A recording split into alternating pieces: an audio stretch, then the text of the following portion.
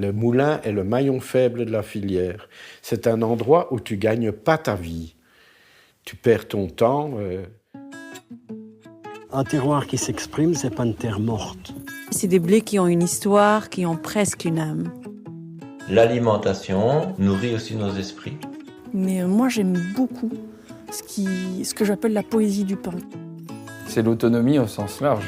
Nous, on n'est pas des vendeurs de farine, on veut changer le monde. Et quand tu fais ton court-circuit, là, t'es bien en train de court-circuiter ce marché-là, quoi. On sera rebelle de chez rebelle. Le maquisard de la boulangerie. Épisode 5. Le réveil des moulins. La meunerie semble appartenir au passé, être si peu rentable. Qui s'y intéresse encore quand il reste si peu de moulins en activité en Wallonie ? Qu'est-ce que ça veut dire être meunier, meunière aujourd'hui ? Quel rôle le moulin joue-t-il dans la souveraineté alimentaire de nos territoires ? Noémie et moi, nous sommes allés à la rencontre de celles qui font la farine de demain pour tenter de dresser un tableau du secteur et comprendre pourquoi et comment recréer des filières nourricières autour du moulin. Mais avant de regarder vers le futur, plongeons dans le passé oublié de notre histoire nourricière, celle de la meunerie belge. Je suis Noémie Maugan. Et je suis Lou Chosbourg. Et vous écoutez Le pain qu'on sème. La symbolique du moulin, dans ces régions-là, il y en a eu partout. C'est aussi important que l'église. Pour la découvrir, nous avons rencontré Jörg Schuppisser. Depuis de nombreuses années, Jörg visite les moulins artisanaux et consigne précieusement ses témoignages. Donc il y a des gens qui s'identifient dans le village culturellement par rapport au moulin. Il y a l'équipe de foot, il y a le curé, il y a l'enseignant, mais il y a le meunier. C'est vraiment le métier central dans la vie alimentaire dans les villages, du temps où on cultivait pour manger, ce qui n'est plus le cas aujourd'hui. Comme nous l'explique Jörg, de ces moulins omniprésents dans le paysage belge, peu sont toujours debout, et encore moins servent toujours à la meunerie.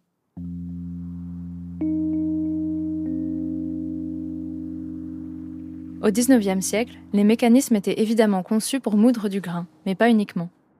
Les moulins permettaient aussi de battre et aiguiser le fer, de fouler des draps, ou encore de broyer des écorces pour produire du papier.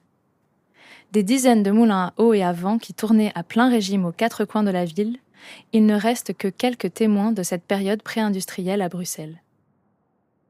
Depuis quelques dizaines d'années, les moulins font leur place dans notre patrimoine culturel et certains sont classés monuments historiques. Le moulin des Verts est un ancien moulin à vent. Ses ailes de 22 mètres de long faisaient tourner 3 meules pour moudre de la farine. Classé depuis 1990, il abrite aujourd'hui le musée bruxellois du moulin et de l'alimentation.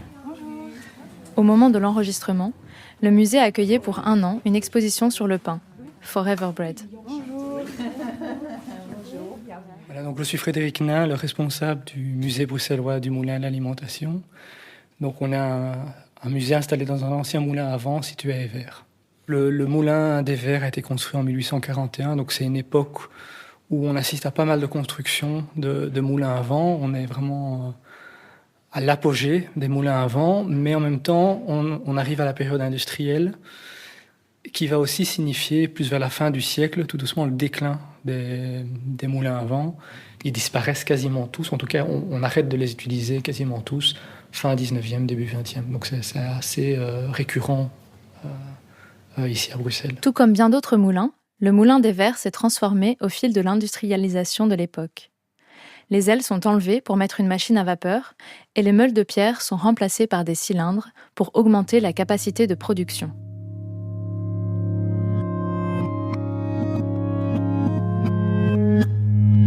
Au XXe siècle, les techniques et les standards de la boulangerie s'industrialisent. Le pain devient de plus en plus blanc et aéré. Comme expliqué dans notre premier épisode, la sélection évolue aussi. Les moulins qui ont les moyens de suivre cette modernisation augmentent leur capacité de rendement. Tant et si bien que cela amène à une surcapacité de production par rapport à ce que la Belgique est capable d'utiliser en termes de farine. L'État impose alors des quotas appelés maîtres de mouture pour réguler la production. Sans surprise, les moulins de taille plus importante rachètent les quotas des plus petits. Ces derniers sont amenés à fermer. Ces quotas n'empêchent pas la Belgique de devenir le plus gros exportateur mondial de farine dans les années 80. Le flux d'exportation se dirige principalement en Afrique, vers les anciennes colonies françaises et belges. Le pain blanc concurrence fortement la riche multitude des pains et galettes de céréales traditionnelles du continent. Puis, lors des années 2000, ces pays s'équipent d'outils meuniers de dernière génération. Ils n'ont plus besoin d'importer de farine. L'exportation de farine alimentaire belge diminue graduellement jusqu'à devenir marginale aujourd'hui. L'étiolement de la petite meunerie belge se poursuit aujourd'hui avec la concentration de l'activité dans les grandes minoteries. J'ai assisté là pendant 15 ans à une disparition silencieuse des petites unités meunières de notre région. Marc Châtel est agriculteur et boulanger. Il est en quête d'une farine locale depuis les années 90. Il nous relate cette transition. On a collaboré comme ça avec successivement 6 moulins différents. Je dis successivement parce que ces moulins ont tous disparu. Dans l'indifférence et dans le grand silence du monde meunier, du monde agricole, du monde politique, c'est à la limite de l'inconcevable. Quelle vulnérabilité face aux enjeux même politiques, intérieurs, je vais dire, à la Belgique.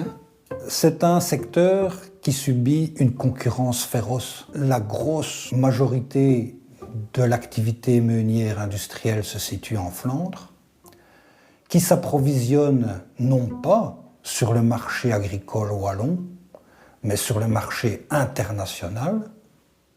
Nos moulins wallons n'approvisionnent que quelques pourcents de notre consommation wallonne.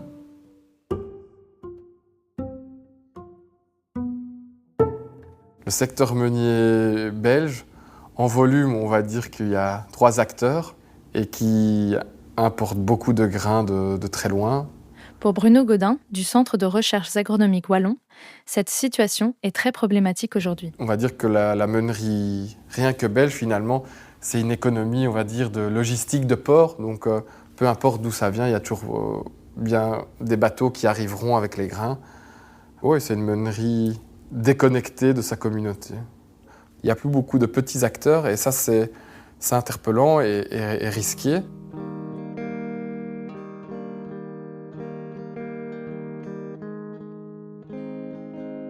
Mon cher Henri, peut-être à sa ruine, mon bonheur court sur les pas du destin. Mes humbles vers, tout poudrés de farine, vont déserter le séjour du moulin. Enfant du ciel, enfant de la nature, sûr d'un bonheur obscur, mais toujours plein. Près de 20 ans, mon affection pure les a bercés au doux bruit du moulin. Mais, égarés sur la terre étrangère, loin du vallon, consumés de chagrin, ils ne pourront revoir leur bonne mère, ni retrouver le sentier du moulin. Il n'est plus temps d'éviter la ruine. Il faut partir. C'est l'arrêt du destin. Allons, mes vers, secouez la farine, et pour jamais, renoncez au moulin. Marie Ravenel, poète et meunière, 1850.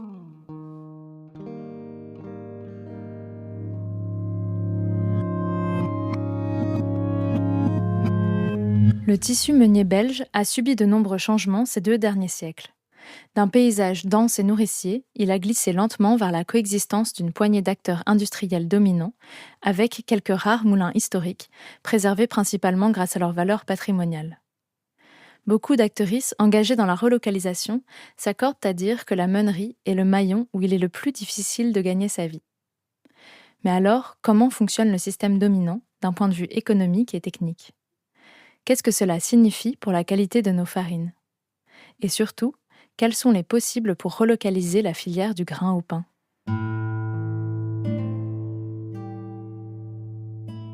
La situation de la meunerie belge est encore peu étudiée et peu comprise dans son ensemble.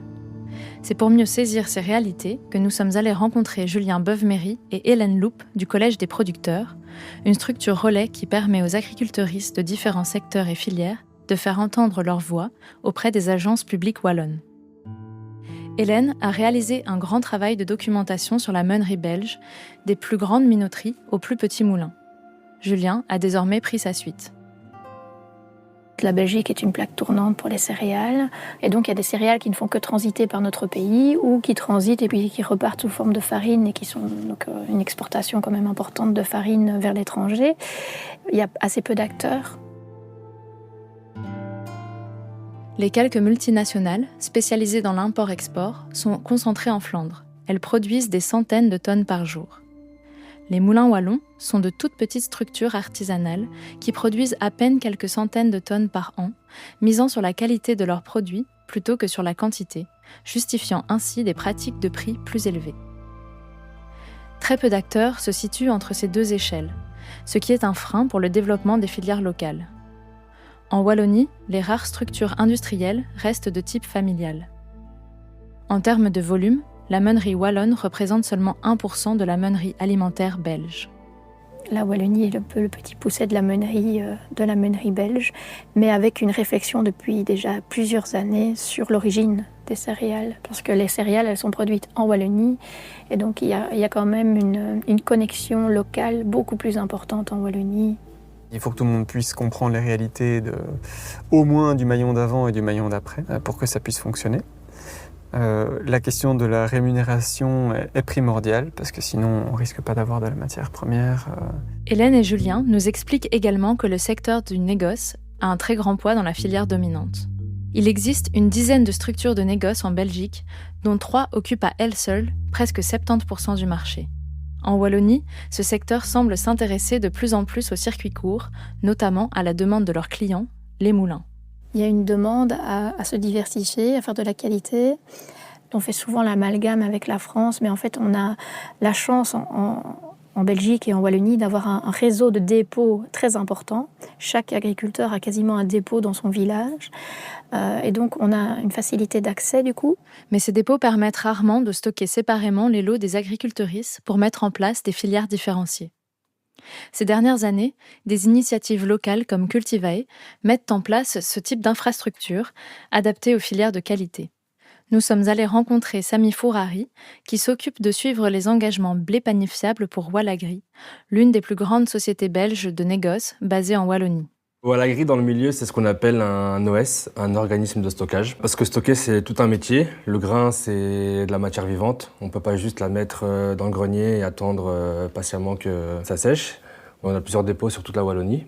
Et donc, les agriculteurs qui moissonnent viennent déposer leur récolte.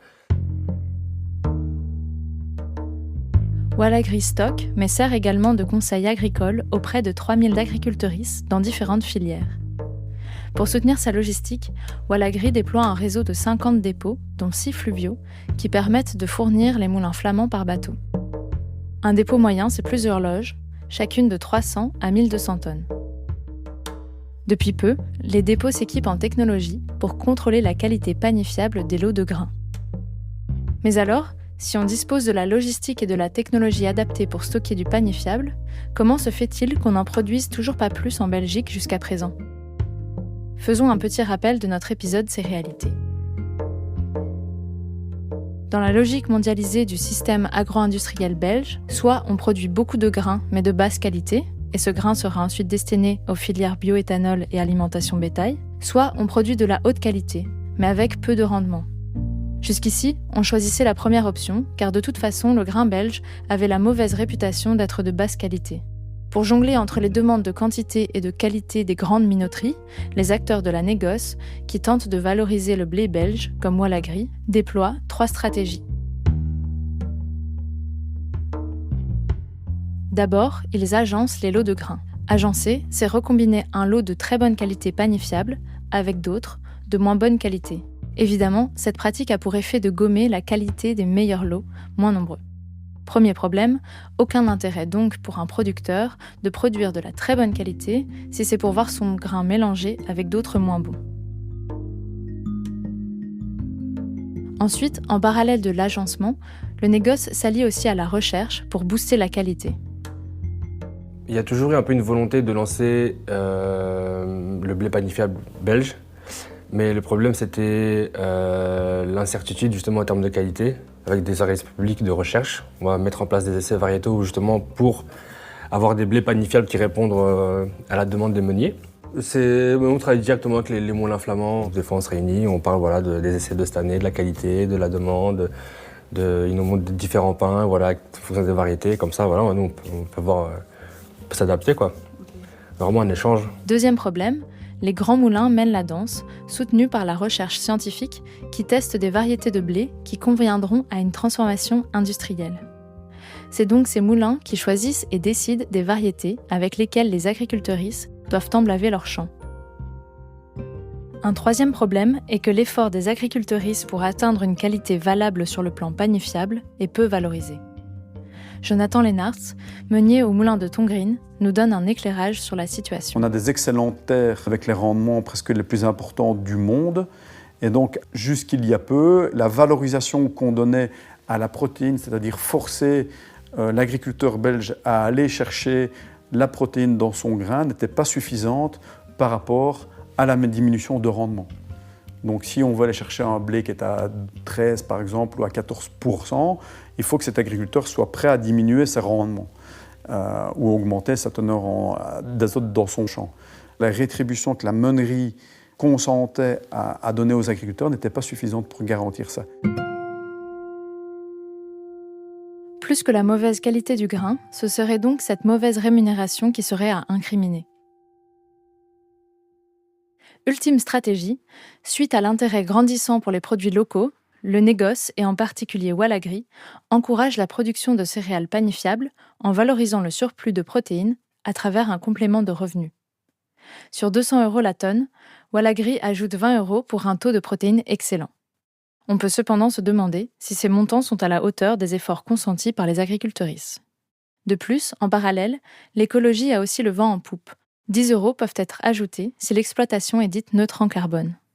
Étonnant que Walagri priorise la neutralité carbone, alors qu'il semblerait a priori plus simple de s'inscrire dans la charte déjà bien établie de la certification biologique. On devrait beaucoup plus le développer. On a déjà essayé de se positionner sur le bio.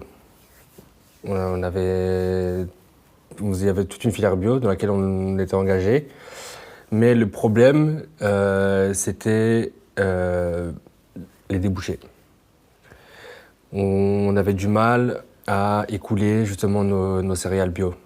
Parce que la demande en termes d'industrie n'était pas présente. Et ce qui faisait souvent, c'est qu'on était obligé de orienter nos céréales bio dans des céréales conventionnelles. Tellement il n'y avait pas de débouchés derrière. Et du coup, c'est un non-sens. Walagri justifie donc ses contrats qualité différenciés sur le fait que la filière, telle qu'elle existe actuellement, n'est pas mûre pour assurer le développement du bio. Du côté des agriculteurs, micro-éteints, la colère gronde. Aux frontières, même les lots les plus médiocres belges sont achetés à un prix satisfaisant par les industries françaises et allemandes. Cela peut s'expliquer notamment en France par l'importance des coopératives agricoles qui représentent les intérêts des agricultrices aux tables de négociation. En Belgique, les grandes et les petites exploitations agricoles restent divisées. Elles ont leurs syndicats respectifs, qui ne sont d'ailleurs pas impliqués dans les discussions entre stockeurs et moulins. Le maillon de la boulangerie, même conventionnel, n'est pas non plus présent dans les négociations. Il reste encore de la marge de manœuvre pour des structures comme le Collège des producteurs pour faire valoir concrètement la voix des agricultrices aux tables de négociation.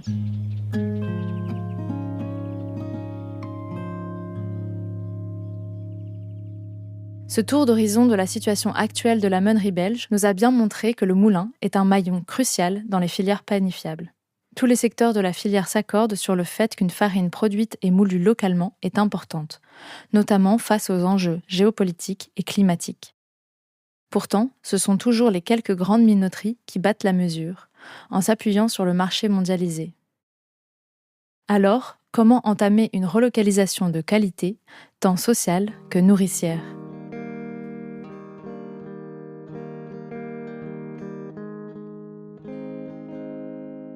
L'autre jour, à la pause, j'entends une ouvrière dire à une de ses collègues « Tu te rends compte ?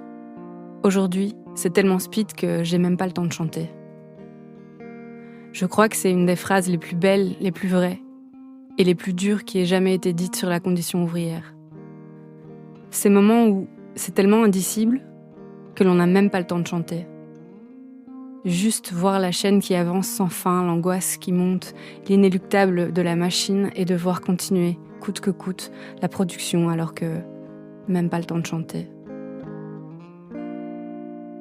Joseph Pontus, à la ligne, feuillet d'usine. Chez les artisans et artisanes, le mot qualité prend un sens différent de celui de l'industrie.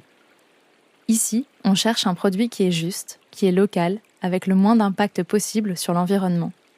On recherche le goût et les bons nutriments. Alors, qu'est-ce que ça peut bien vouloir dire être meunier ou meunière aujourd'hui ? Quel sens prend la meunerie artisanale ?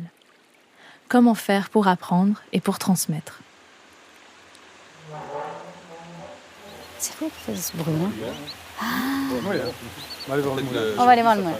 Je suis arrivée ici complètement par hasard parce que c'était le coup de cœur, parce que je me suis rendu compte que avec le fait que la roue tournait déjà, ça faisait déjà une vie sur le lieu.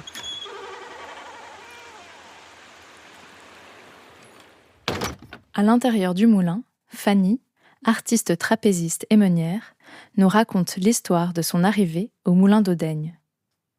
Elle nous raconte la transmission difficile du moulin et du savoir-faire artisanal par l'ancien meunier qui y avait passé sa vie. Il y a beaucoup de choses en jeu. Son père ne lui a même pas transmis, c'est lui qui a regardé. Tu penses bien que moi, il n'allait pas commencer à me faire des fleurs, alors que lui-même avait été éduqué quand même dans une rudesse de transmission, ou de non-transmission. Cette difficulté de transmission, d'autres la rencontrent auprès des quelques anciens meuniers artisanaux encore présents en Belgique, en général retraités.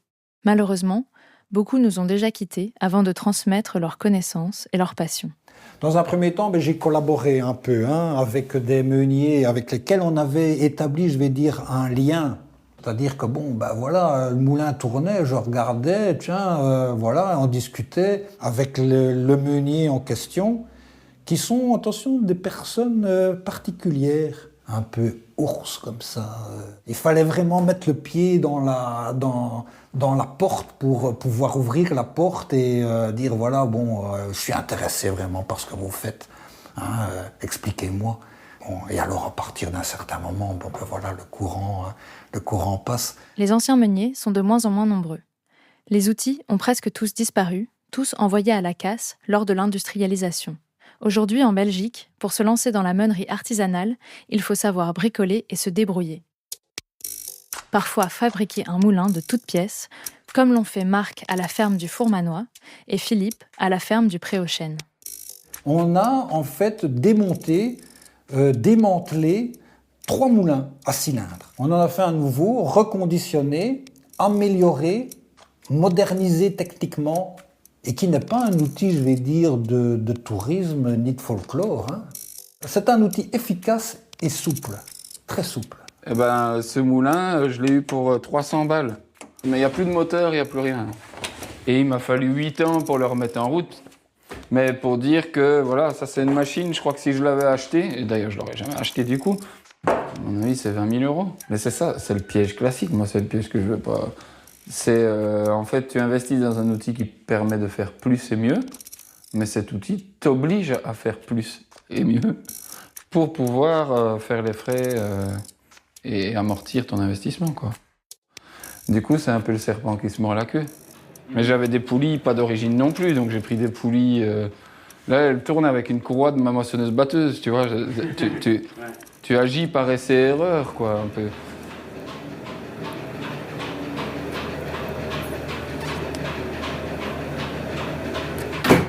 Aujourd'hui, on est vraiment dans une sorte de perte de savoir-faire au niveau de la formation. Après plusieurs années à travailler en boulangerie artisanale, Plume a décidé de se former à la meunerie en autodidacte en faisant un stage au Flittermolen, un moulin du Pajottenland. Ce moulin, initié sur un modèle coopératif en 2016, est malheureusement fermé depuis peu. Énième preuve de la difficulté de faire vivre un moulin artisanal. Déjà, le métier de meunier, ça n'existe pas, quoi. C'est un métier qui n'a...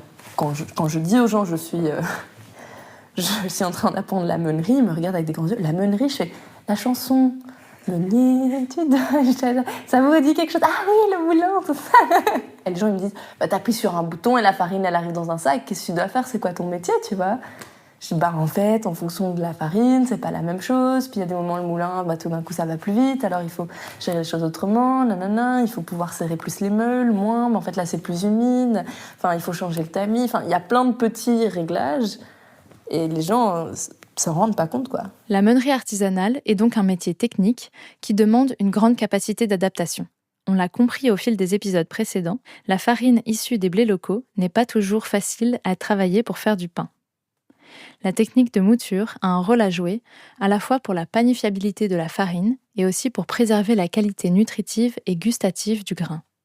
Mais que ce soit sur la rénovation et l'entretien ou sur les techniques de mouture, il n'existe plus aujourd'hui de formation qualifiante en meunerie artisanale en Wallonie.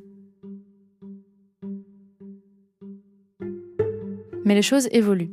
Des passionnés se mobilisent pour mettre en place des formations en meunerie artisanale. C'est le cas de Jurg, qui a décidé de créer son moulin-école, bien conscient du rôle central de la meunerie dans la relocalisation des filières céréales panifiables. L'idée de Jurg est de faire partir ce moulin à la rencontre des collectivités locales et d'acteuristes de l'économie sociale pour les sensibiliser aux questions alimentaires locales. La transparence de la filière, ça doit être le thème central d'une formation. La transparence, la connaissance de comment on cultive, quel grain on choisit, tout, jusqu'au pain. En Flandre, il existe quelques formations officielles pour la meunerie. En Wallonie, une formation est en train de se préparer. Je vous en prie. Cette formation se passerait entre l'IFAPME, un institut wallon de formation, et le moulin de Ferrières à Héron.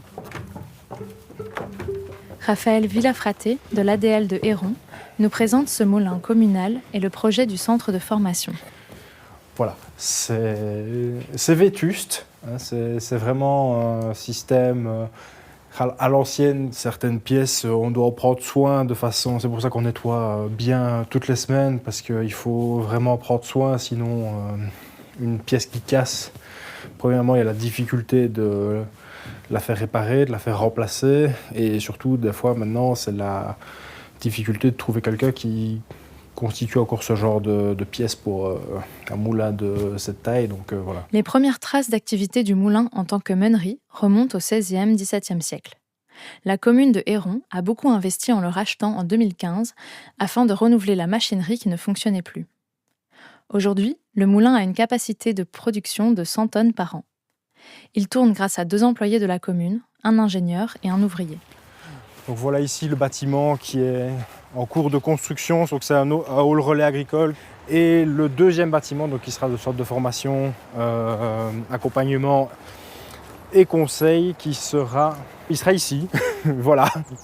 Depuis peu, le moulin de Ferrières se lance dans la mise en place d'un centre de formation en meunerie artisanale. Pour Raphaël, ce projet vient directement renforcer le déploiement d'une filière locale, projet initial de la commune. On a régulièrement des agriculteurs qui nous téléphonent pour savoir s'il existe des formations pour devenir meunier. La réponse était non. Et on a remarqué que ce qui manquait avant tout, c'était une structure quelque part en Wallonie qui pouvait former ces meuniers. Pour la commune, le centre de formation résonne beaucoup plus avec son rôle de structure publique que la mise en place d'une filière à des fins exclusivement commerciales.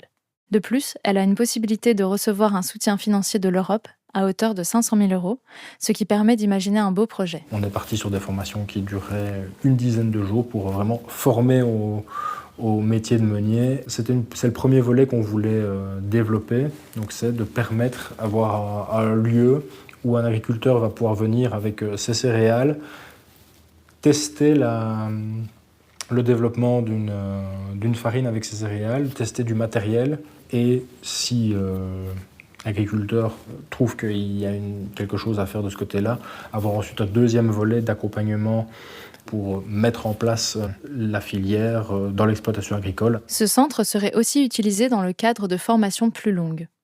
En effet, Vincent Minet, conseiller pédagogique à l'IFAPME, cherche à mettre en place une formation certifiante en meunerie et donc créer un nouveau diplôme. On espère qu'elle verra le jour à la rentrée 2026-2027. Cette formation de 1 an offrira une vue large sur la filière meunière, de l'artisanat à l'industrie. Les apprenants et apprenantes auraient ensuite à choisir un lieu de stage en fonction de leur projet professionnel. Avec le nouveau projet qu'on a aussi de sorte de formation, on va essayer d'optimiser en tout cas une ligne complète de la filière, vraiment de l'arrivée de la céréale jusqu'à l'ensachage et le stockage du produit fini. Parce qu'on s'est dit, si on veut faire de la formation, il faut que les jeunes meuniers qui vont venir ici puissent avoir vraiment accès à toute la filière. La formation cible plutôt des agricultrices souhaitant se diversifier ou des personnes n'ayant jamais fait de meunerie. Une autre étape pourrait être d'élargir la formation à des boulangers-boulangères souhaitant moudre leurs grains, mais aussi à des personnes déjà meunières.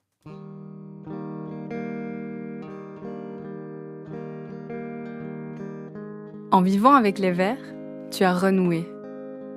C'est un accord que tu acceptes. Parfois, ça ne sent pas très bon, la lutte. Les résidus s'échauffent, il faut se salir les mains. S'accorder. Rater, ça n'a pas poussé. Pousser, encore un peu, poussons, surgeons. Renouer, renouant. Luttons vivants. Dans la terre, pouvoir, inventivité.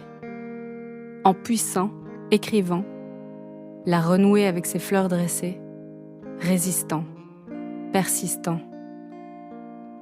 Un peu de pollen tombe sur tes genoux, en passant. Te voilà renouée. Maria Cacoggiani et Marie Rouzin, Surgeon et autres pousses.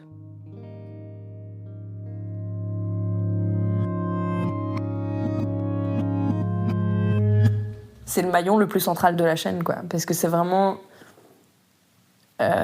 la personne qui est en contact avec les boulangers-boulangères et la personne qui est en contact avec les agriculteurs-agricultrices.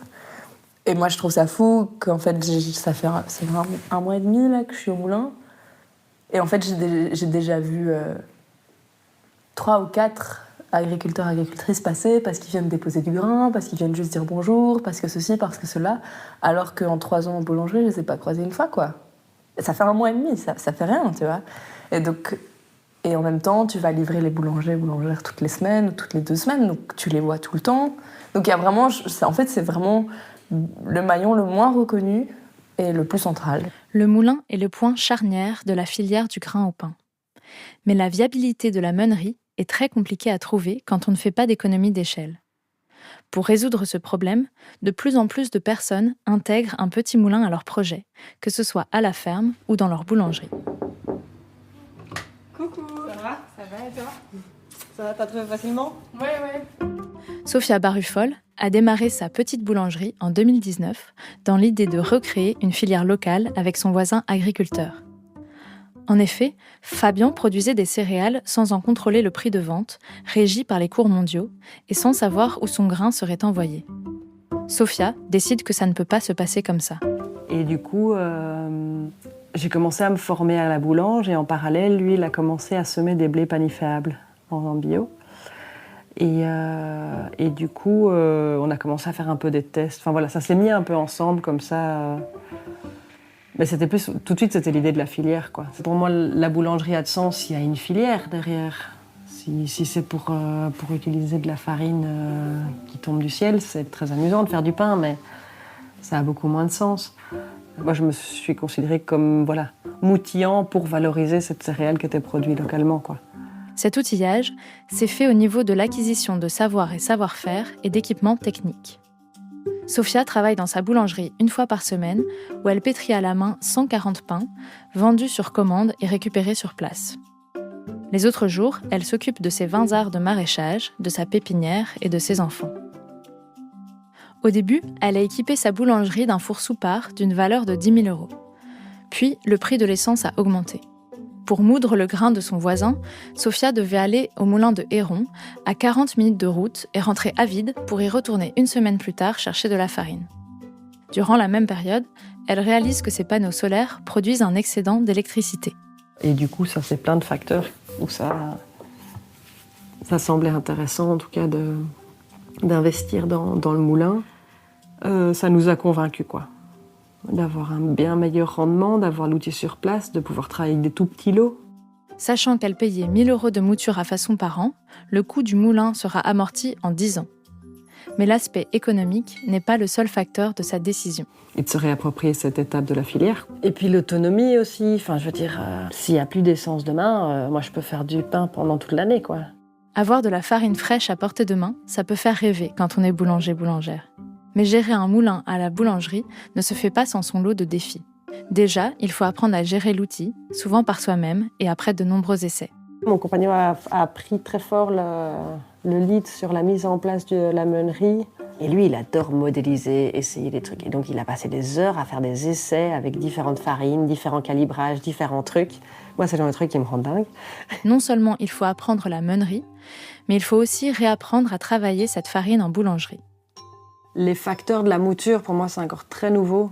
Comprendre exactement les conditions de mouture, à quel point elles impactent la boulangerie. Voilà, ça, je tâtonne encore, quoi. J'ai l'impression que c'est ça qui m'amuse, c'est chaque année d'avoir une nouvelle céréale, des nouveaux lots, et de devoir trouver comment faire, trouver une manière ensemble de travailler. Puis même au cours de la saison, la céréale n'est pas la même en octobre et en juillet, quoi. En plus de cela, l'espace de stockage et sa gestion sanitaire, le tri et décortiquage font partie des plus grands défis des petits moulins. Encore une fois, il faut bricoler. Entre la récolte et la mouture, en fait, il y a plein d'étapes. Et nous, on est sur des tout petits volumes, donc c'est pas toujours facile à trouver les outils qui sont économiquement intéressants à acquérir ou à louer pour des si petits volumes. Du coup, moi, je suis sur 2 tonnes de froment, 1 tonne d'épeautre que je stocke ici. S'il y a des volumes plus gros, vraiment réfléchir au justement stockage, manutention. Et si c'est sur des petits volumes, c'est comment arriver à décortiquer, à trier à moindre coût. Par exemple, Sophia songe à investir dans un décortiqueur via l'atelier paysan qui fabrique des outils adaptés aux petites quantités. Elle doit aussi se débrouiller avec son vieux tarare pour trier son froment. La mutualisation des outils est aussi une solution à laquelle pense Sophia. Moi, j'utilise le moulin. On a compté, c'est 6 heures par semaine qu'il tourne. Donc il est complètement sous-utilisé avec juste moi. C'est un outil qui pourrait tourner beaucoup plus, un peu comme ma boulangerie. En fait, elle est utilisée 1 fois par semaine, c'est ridicule. C'est un petit capteur. Et là, tu disais que tu allais peut-être en lancer ou... Ouais. Je regardais. Ah oui. Je dois changer le bac. Du coup, là, je suis bien sûre. Bon, je peux le lancer comme ça, je crois. Sur le froment, je vais juste secouer un peu ici. Ça colmate.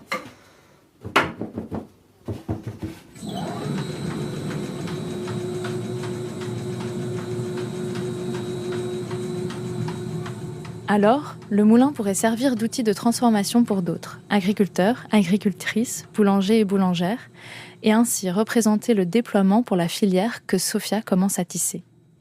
Une filière qu'elle souhaite avant tout solidaire. On est en discussion pour essayer de vraiment solidariser toute la filière, quoi. Par exemple, l'année passée, quand on a eu les blés germés, les agriculteurs ils voulaient pas m'envoyer leurs factures à la base. Enfin, on a rediscuté. Moi, au début, j'étais là, mais si je sais rien en faire, ça va être compliqué. Mais voilà, je peux pas ne pas les payer. Et puis, en fait, en retravaillant, j'arrive à valoriser cette céréale. Et donc, c'est normal que je la paye le prix qui était convenu à l'avance. Pour sécuriser ses partenaires agriculteurs, Sophia aimerait proposer un prix à l'hectare, considérant que les variétés panifiables ont un rendement bien moindre. Mais cette pratique est peut-être pour le moment trop différente de l'habituel prix à la tonne, calé sur les cours mondiaux. Sophia propose donc un prix à la tonne, mais fixé avant la récolte, ce qui bouleverse déjà les pratiques. Quand je lui proposais un prix fixe avant récolte, quoi, il était là, non, mais c'est pas normal que tu payes plus cher que la coopérative, ça va pas du tout. Et je lui ai dit, non, mais voilà, 400 € la tonne, ça semble correct, quoi. Et si toi ça te va, moi ça me va, j'ai calculé, je peux tenir le coup avec ça. Et puis voilà, c'est ce réseau-là qui est hyper précieux. Moi je ne sais pas cultiver de la céréale et je dois peut-être pas savoir le faire. C'est peut-être intéressant que je puisse discuter avec mes agriculteurs et suivre un peu ce qui se passe. Mais on ne doit peut-être pas savoir tous tout faire. Mais on doit pouvoir comprendre les bases, je pense, si on veut faire un peu du pain de qualité. Là, c'est un peu les repiquages des seins de glace qui sont un peu passés. Comme il pleut, on essaie de travailler dans les serres.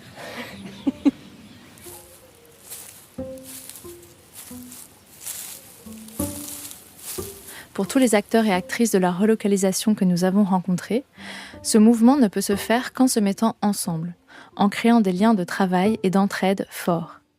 Renaud Koetgen est cofondateur de la coopérative Histoire d'un grain, née en 2018. Récemment, Renaud a également lancé son projet de micro-boulangerie en lien avec la coopérative. Au départ, c'est 4 boulangers qui se réunissent autour d'une table et qui se demandent comment ils vont s'approvisionner en farine bio, locale, de qualité, et qui se disent on va le faire nous-mêmes, sans trop réfléchir. S'ils avaient réfléchi, ils ne l'auraient peut-être pas fait, mais voilà. Et donc, c'est de se dire aussi, si on veut le faire nous-mêmes, ça va coûter une blinde. Or, on n'a pas d'argent, donc on va le faire en collectif.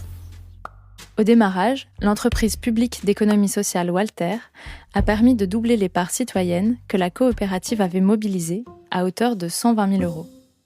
La coopérative a acheté 4 hectares de terres agricoles et a investi dans les premiers outils pour commencer la transformation.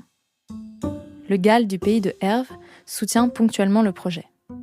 Cependant, ces aides n'équivalent pas à un réel subside.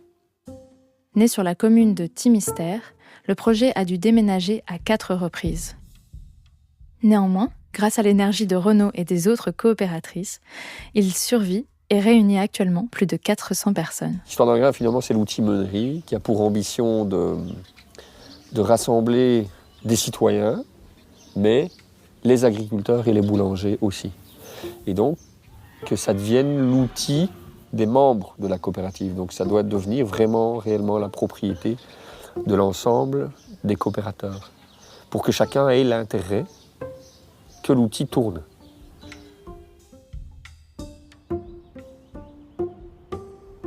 Ici, le grain est ultra local et les techniques agricoles doivent être respectueuses de l'environnement. Pour Histoire d'un grain, il est essentiel de soutenir le retour des boulangeries artisanales dans les villages afin qu'un pain de qualité soit accessible à toutes et tous.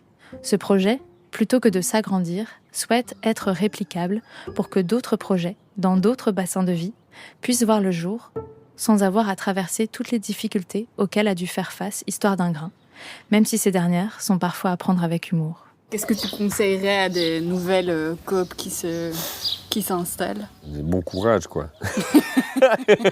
Tu vois ? Le projet Histoire d'un grain, souvent, on dit on n'est pas que des vendeurs de farine, quoi. À notre échelle, on essaie de changer le monde. Et la farine est un prétexte. C'est un chouette prétexte, c'est un beau prétexte. Après, le danger, quand on dit ça, c'est de passer pour un doux rêveur. Et ça arrive. Mais moi, c'est la flamme que j'ai au fond de moi et c'est ça qui me permet d'avancer. Je crois que c'est ça qui fait la distinction de notre projet. C'est les valeurs fortes et c'est l'aspect coopératif. Renaud reste terre à terre sur la nécessité de rendre la coopérative viable économiquement. Si les agricultrices peuvent être intéressées par le prix des céréales et par le fait de savoir que leur production sert à l'alimentation locale, il est plus difficile d'attirer des boulangères et boulangers artisanaux déjà installés.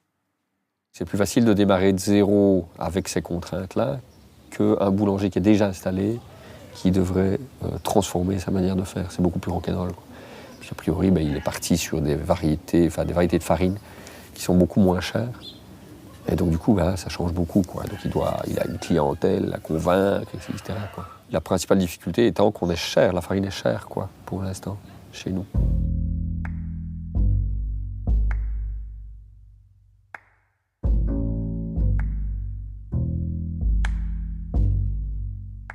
Notre farine elle est plus chère. Pourquoi ? Parce qu'on intègre les coûts sociaux et les coûts environnementaux dans le prix. Mais donc c'est le particulier aujourd'hui qui achète la farine qui prend en charge cela. Et donc là, il y a une espèce de scandale incroyable. Ça devrait être les pouvoirs publics qui prennent en charge le fait qu'on essaye de travailler au mieux.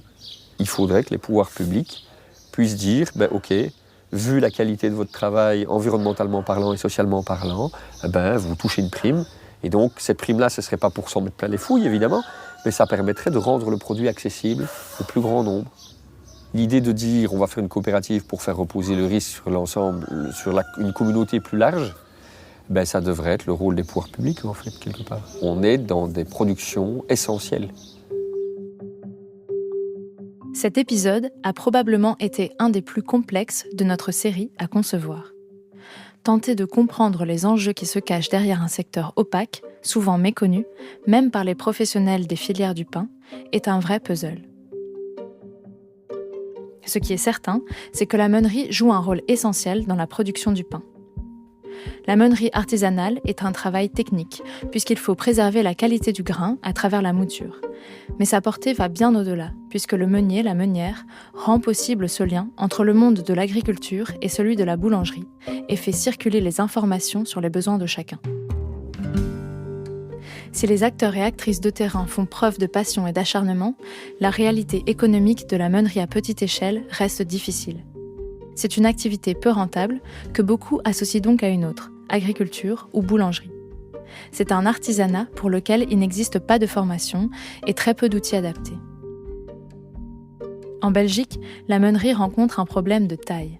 D'un côté, il existe d'énormes minoteries qui concentrent les céréales du monde entier pour faire des économies d'échelle. De l'autre, il y a de tout petits moulins à la ferme qui ne peuvent fournir qu'une ou deux boulangeries qui vendront un pain plus cher, réservé à une certaine catégorie de consommatrices. Entre ces deux échelles, il n'existe que de très rares moulins semi-industriels, capables à la fois d'accueillir du grain de qualité et de fournir un certain nombre de boulangeries artisanales. Ce manque constitue le frein principal à une relocalisation de nos filières céréales panifiables. Pour ce rôle charnière, la meunerie artisanale doit être reconnue et aidée par les pouvoirs publics. Il est urgent de lui rendre sa place. Elle doit être au cœur des discussions sur la relocalisation. Pour changer le paysage de l'alimentation, nous devons imaginer des filières solidaires, justes et équilibrées où les risques sont partagés. Des filières où le moulin aura retrouvé sa place chantante, sa place nourricière. Et c'est cette mise en place de filières solidaires, de réseaux d'entraide et de recherche de prix justes que nous allons aborder dans notre prochain épisode pour apporter de l'eau à votre moulin. Merci à Jörg Schuppisser, Frédéric Nain, Marc Châtel, Bruno Godin, Plumes Mesters, Jonathan Lennartz, Hélène Loup, Julien Beuve-Méry, Samy Fourari, Fanny Dumont, Philippe Genet, Raphaël Villafraté, Vincent Minet, Sophia Barufol et Renaud Kutgen. Un épisode de Louchesbourg et Noémie Maugan. Musique originale, Pierre Alouche et Tarek Bassiouni. Aide à la réalisation, comme un lundi à SBL. Mixage, Bastien Hidalgo Ruiz. Ce podcast est inspiré d'une recherche-action participative financée par le Fonds national de la recherche scientifique et menée au sein de l'Université de Liège et de l'Université libre de Bruxelles avec Marjolaine Visser et Kevin Maréchal, avec le soutien du Fonds Vernars.